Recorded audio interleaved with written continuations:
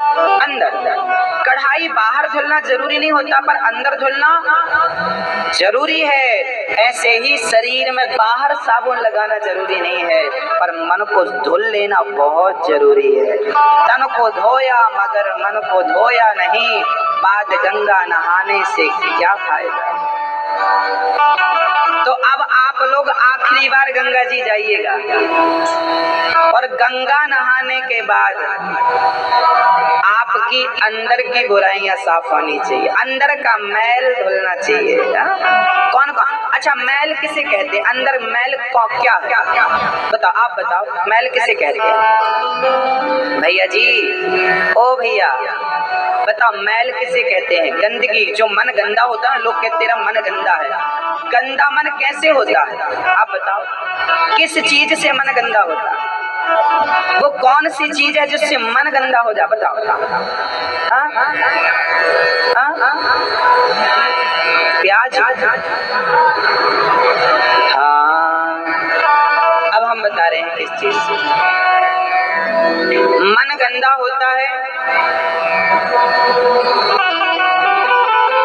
असत्य बोलने से।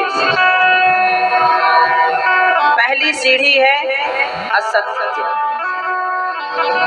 यदि आपका मन आपके कंट्रोल में नहीं है, तो ये मन आप जहां ले जाएंगे वहीं आपको परेशान करेगा। मन एव मनुष्याणाम बंधनम मोक्ष कारणम। याद रखना मेरी माँ, बंधन और मोक्ष शरीर का नहीं होता। बंधन का कारण मन है और मोक्ष का कारण भी। बंधन किसका होता है? मन का, शरीर का थोड़ी बंधन है। मुक्ति किसकी होती है? चलिए चलिए मैं आपको समझाता हूँ। आपके दुख का कारण क्या है?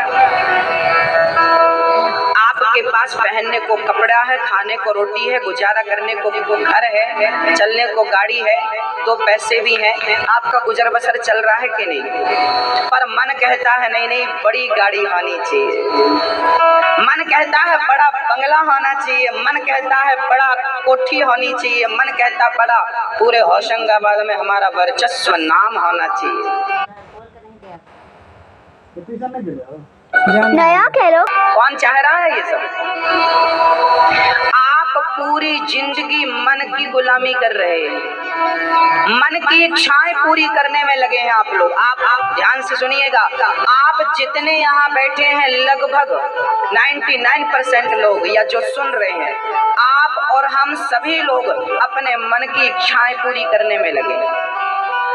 जिनकी इच्छाएं पूरी हो गई वो खुश, और जिनकी इच्छाएं पूरी नहीं हुई दुखी। दुख और सुख बाहर से नहीं आता, मन ही दुख और सुख का कारण। कैसे? आपने पापा से 100 रुपए मांगे, पापा हमें मोबाइल दिलाइए, वो 20,000 वाला मोबाइल दिलाइए। पापा ने दिलाया, उस पापा ने मना किया, बताइए। पत्नी ने कहा सुना हमें हार बनवा दो, पति ने बनवा दिया, पत्नी खुश। नहीं बनवाया, दुख। हमें घर चाहिए बड़ा सा, हमारे पास घर नहीं है, घर चाहिए, घर मिल गया, घर बनवा लिया तो सुख, और नहीं बन पाया तो दुख। दुख कहाँ से आया? अब बताइए आप दुख की उत्पत्ति कहाँ से हुई? मेरी माँ, दुख की उत्पत्ति, आप कहते हैं ना गुरुजी हम बड़े दुखी हैं, ये दुख आया कहाँ से? कहाँ से आया बताइए, बताइए, जोर से बताइए, समझ में आ रही है बात तो बताइए। ये दुख नाम की चीज कहाँ से आई? कहाँ से मेरी माँ, आप बताओ? अंदर से आई ना। आपकी इच्छाएं जो अधूरी हैं वही दुख है, आपकी इच्छाएं जो पूरी हो गई वही तो सुख है। आप समझ नहीं पाते इतनी सी बात पूरी जिंदगी। अर्थात हमें सुख और दुख कौन देता है? अर्थात हमें सुख और दुख कौन देता है? बोलो बोलो। हमारा मन ही हमारे सुख का और हमारे दुख का जिम्मेदार है। पड़ोसी हमारे सुख दुख का जिम्मेदार नहीं है। दुनिया का कोई व्यक्ति हमारे सुख, गुरुजी फलाने ने हमें गाली दे दी, मार दिया, हाँ अब हम दुखी लोग, ये फलाने ने गाली दे दी, रात को नींद नहीं आ रही। तो तुमने गाली को इतना सीरियस क्यों ले लिया भाई? दो कान दिए ना भगवान ने, एक कान से सुनो, दूसरे से निकाल दो। सीरियस लेंगे तो आपकी नींद हराम होगी। और आप जैसा बेवकूफ दुनिया में कोई नहीं होगा जो दूसरों के कारण अपना सुख चैन गवा दे। वो बेवकूफ नहीं तो क्या है बताइए? उसके कारण आप अपना सुकून क्यों खो रहे हैं भाई? कहने दीजिए ना, जमाना अच्छा कहे बुरा कहे, कुछ तो जमाना कहेगा। याद रखना दोस्तों, लोग खाए बिना रह सकते हैं पर बोले बिना नहीं रह सकते। या तो अच्छा बोलेंगे या तो बुरा बोलेंगे जरूर।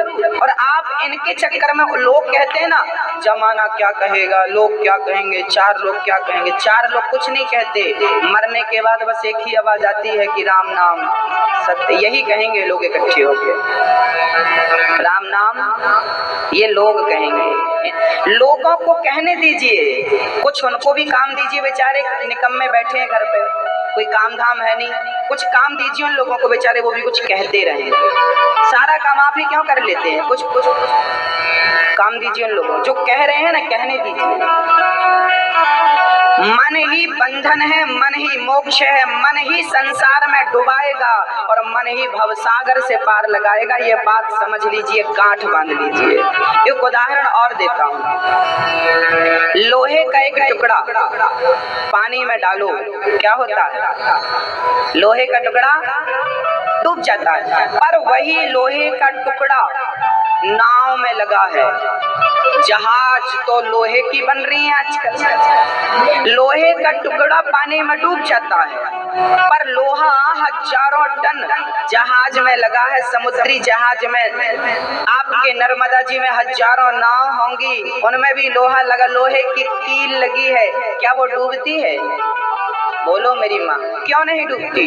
क्योंकि जो लोहा नाव से जुड़ गया वो डूबता नहीं है, वो पार होता है और पार लगता है और पार लगाता है। और जो लोहा नाव से हट गया वो लोहा डूब जाता है। अर्थात ये मन लोहा है, ये मन संसार में लगा तो डूब जाएगा, और सत्संग की भक्ति की नौका से जुड़ गया तो भव सागर से पार लगा देगा।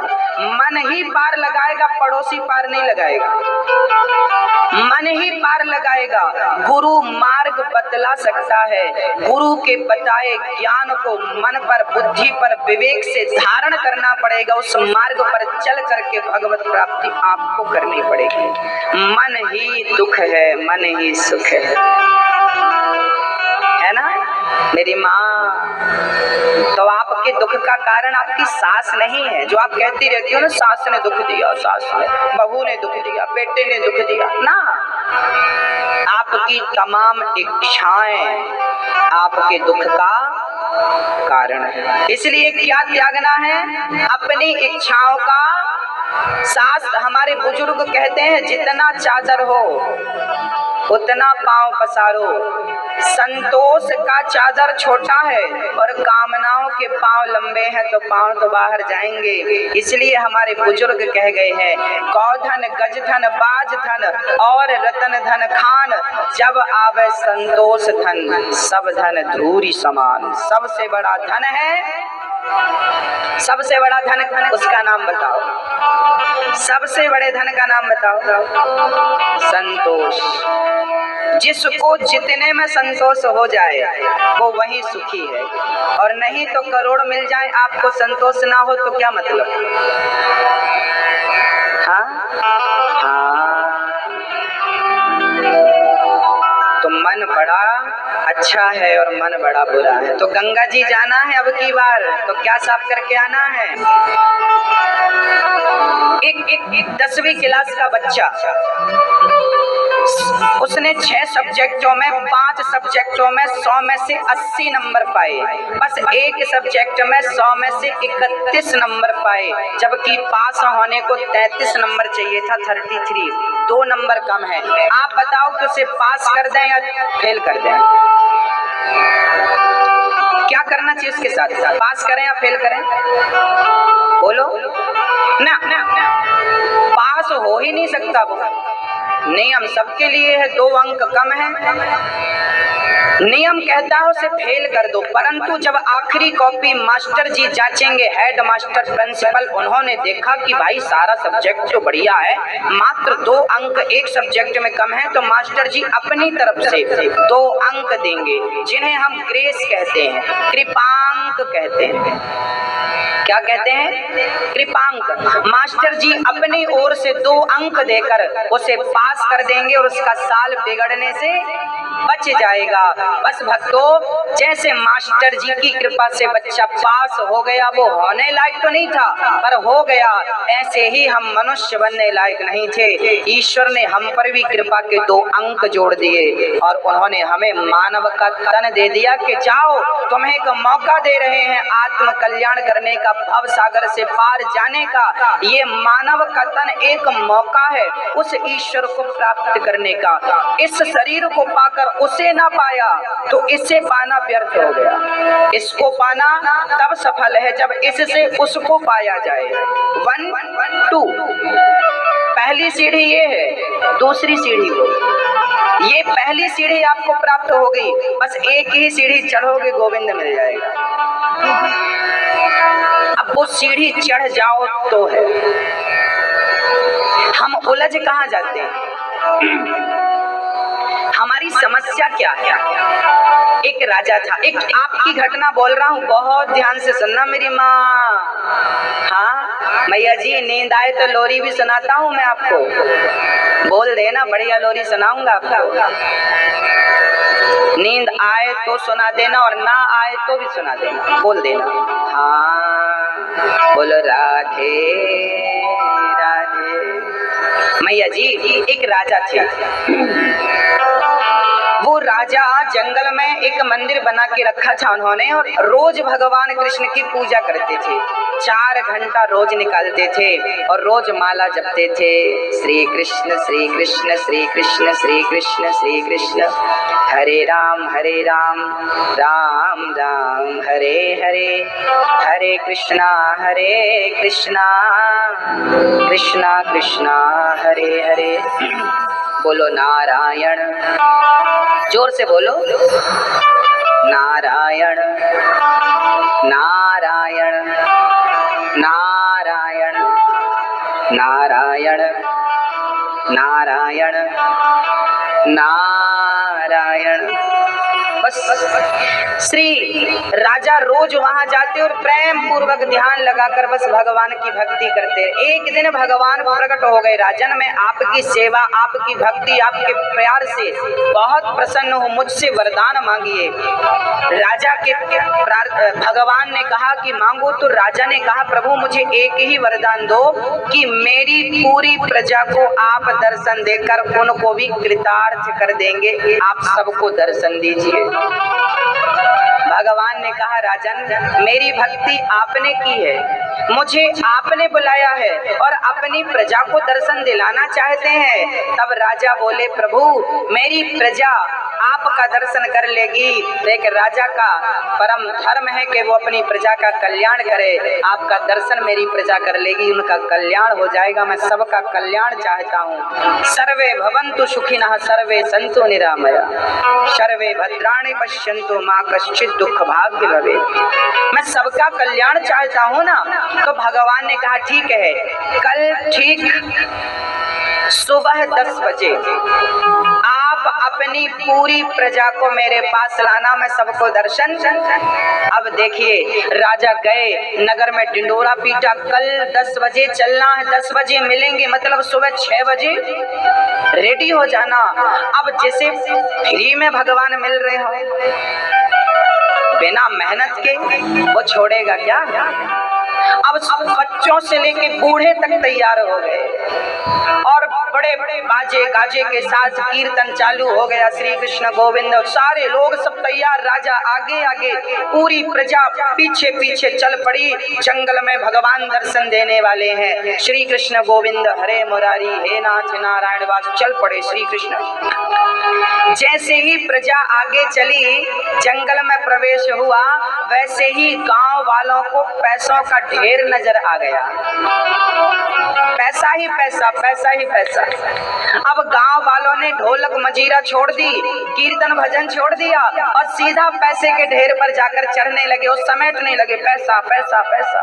राजा बोल रहे हैं, भैया भगवान आगे हैं, पैसों के चक्कर में ईश्वर को मत छोड़ देना। गांव वाले बोले, क्या बताएं राजा साहब, बड़ा कर्जा हो गया था, इतना पैसा पहली बार देखा है, ये मिल जाएगा तो सारा कर्जा निपट जाएगा, फिर भगवान का दर्शन करेंगे हम। अब राजा ने समझाया, भाई भगवान से मिलने आए हो, ये तो गलत बात है। चढ़ गए ढेर पर। कुछ समझदार थे, राजा ने बुलाया, भाई चलो। कुछ समझदार थे, उतर गए। 25-50 लोग उतर गए। बाकी पूरी प्रजा पैसों को देखकर पागल हो गई। कुछ उतर गए समझदार। अब जो उतरे वो कीर्तन करते चले, श्री कृष्ण गोविंद हरे मुरारी। 100, 200, 300 कदम रखा था कि आगे सोने और चांदी का ढेर था। सोना चांदी, आहा, जो बचे पैसों से वो सोना चांदी में चढ़ गए और भरने लगे सोने के सिक्के झोले में। उन्हें पता नहीं था कि मिलेगा, झोला लेकर आते, जो कपड़े पहने थे उतार दिए और कपड़ों का झोला बना के भरने लगे। दुपट्टे बिछा दिए, पोटरी बना के खोपड़ी में रख के ढोने लगे। राजा फिर हाथ जोड़ा, भैया आगे भगवान मिल रहे हैं, कहाँ उलझ रहे हो आप। लोग नहीं माने। 2-4 समझदार थे, जरा बड़े भक्त थे, उतर गए, ना ना हमें सोना नहीं चाहिए, भगवान चाहिए। आगे चले, जैसे ही 100-200 कदम रखा तो हीरा मोती का ढेर था। अब जो पैसों से छूटे वो सोने पर, जो सोने से छूटे वो हीरे मोती पर चढ़ गए। राजा बोलते रहे, भैया 9:45 बज गए, 15 मिनट बचा है, भगवान से मिल लो, वापस आओगे तो कोई ले नहीं जाएगा, बाद में समेट लेना। गांव वाले बोले, भगवान से बोलना कि वो कल मिले, हम कल जरूर आएंगे दर्शन करने के। राजा अकेले, कोई नहीं आया, राजा अकेले गए तो भगवान जी खड़े थे। अरे आपने तो कहा था पूरी प्रजा को लेकर आएंगे, आप तो अकेले आए हैं, कहाँ है आपकी प्रजा। राजा रोने लगे, प्रभु सब लोग घरों से निकले थे आपको पाने के लिए, सब रास्ते में उलझ गए, कोई पैसों में, कोई सोना में, कोई चांदी में, कोई हीरा में, कोई मोती में। भक्तों, वो उलझे हुए लोग और कोई नहीं है, हम सभी उस परमात्मा के घर से निकले थे उसी को पाने के लिए, पर हम सभी लोग सोना चांदी हीरा मोती में उलझ गए। ये कहानी हम सभी की है। जरा अपने दिल में हाथ रखकर आप बताइए, क्या आप पैसों में नहीं उलझे? क्या आप सोना चांदी हीरा मोती में नहीं उलझे? ये कहानी उनकी नहीं है, ये कहानी आपकी और हमारी है। हम सभी वही लोग हैं कि पास में भगवान खड़ा है, परंतु ये सोना चांदी रुपया पैसे से ममता छूटे तो वो मिले, इससे ममता छूटती नहीं, वो प्राप्त होता नहीं। और आपकी ममता यदि धन दौलत से छूट गई, तेरा मेरा छूट गया, पत्नी परिवार छूट गया, तो क्या वो मिलेगा नहीं तुम्हें? एक बात बताओ मेरी माँ, देखिए मेरे हाथ में, एक हाथ में गुलाब का पुष्प है, दूसरे हाथ में पैसा। अब मुझे या तो पैसे को पकड़ना है या तो गुलाब के पुष्प को पकड़ना है। ये समझिए कि ये धन है, ये लक्ष्मी माँ है, पैसा है और ये कन्हैया है। अब यदि इस कृष्ण को पकड़ना, माना कि ये कृष्ण है, यदि मुझे इसे पकड़ना है तो पहले क्या करना पड़ेगा? पहले मुझे इसे क्या करना पड़ेगा? जोर से बोलो। जब मैं इसे छोड़ूंगा तब मैं इसे पकड़ सकूंगा। बस मेरी माँ, जिस दिन संसार को छोड़ दोगी ना, उस दिन गोविंद अपने आप पकड़ में आ जाएगा। आपसे छूटता नहीं, वो पकड़ में आता है। मैं और मोर तोरते माया, जय बस कीन्ही जीव निकाया। मैं और मेरा ही तो माया है। आप आपका बुढ़ापा गया। यहाँ जितने बूढ़े लोग बैठे हैं जिनकी मौत सिर पे नाच रही है, पता नहीं कल मरते हैं कि परसों मरते हैं, ऐसे लोगों से आप जाकर पूछना, क्यों जी ये घर किसका है? बुढ़ापे में सिर हिल रहा है, हाथ पे लाठी है, पर अभी तक वो यही कहेगा ये घर मेरा। पूछ लेना आप होशंगाबाद में किसी बूढ़े से, ऐसे से पूछना जो बिल्कुल मरने की स्थिति में हो। मतलब मौत खड़ी है सिर पर अभी भी मेरा तेरा छूटा। ये सीधा नरक नहीं जाएगा तो कहां जाएगा? मेरी माँ, जितने लोग बैठे हैं, मैं हाथ जोड़कर बोल रहा हूँ आपसे, मरने शरीर छूट जाएगा, एक दिन छूटेगा, आप चाहो या मत चाहो, एक दिन ये शरीर छूटेगा। ये छूटने से पहले तेरा मेरा छूट जाए, माया मोह छूट जाए। भक्तों में यही कहने आया हूँ, एक दिन ये छूटेगा, उसके पहले सब छोड़ देना। बस उस कृष्ण को याद रखना, हरे राम मेरे तो गिरधर गोपाल दूसरो ना। ये बात समझ में आ जाए। मम माया दुरतया ममता तू न गई मेरे मन से, पाके केस जन्म के साथी लाज गई नैनन से ममता तू न गई मेरे मन से। ये माया बड़ी प्रबल है भक्तों, ये छोड़ती नहीं है, और जिन पर गोविंद की कृपा हो ना वो बच जाते हैं। क्या समझ में आया आपको? क्या समझ में आया? मैया जी को समझ में आया आपको? आ गया हो तो इस बात को गांठ बांध लो, और जो भी बात मैं बोलता हूँ ना, घर पे जाके रिवीजन जरूर किया करो कि आज ये बात बताई गई थी। 4 लोग बैठेंगे तो आप लोग रिवीजन करेंगे, तो कुछ बात जो आपसे छूट गई होगी, आपने सुनकर भूल गए होंगे, वो भी याद आ जाए, अच्छा ये बात भी कही गई थी। इसलिए हमें रिवीजन करना चाहिए कथा का, और रिवीजन करके उन बातों को याद करके उन बातों पर अमल करना प्रारंभ कर देना चाहिए। गोली दवाई जेब में होगी तो बीमारी ठीक नहीं होगी। एक सज्जन बोले, गुरुजी हम बहुत कथाएं सुनते हैं पर परिवर्तन नहीं होता। हमने कहा तुम शराब लाओ हमारे पास। गुरुजी ने कहा यहाँ आओ, जाओ 5 लीटर शराब लेके आओ। गुरुजी मैं शराब नहीं पीता। अरे लाया। गुरुजी ने कहा चल पी। अरे मैं पीता नहीं गुरुजी। गुरुजी बोले पीना नहीं है, मुंह पे डाल के थूक देना, कुल्ला करना। 5 लीटर शराब उसने मुंह पे डाली, थू, मुंह पे डाली, थू, मुंह पे डाली।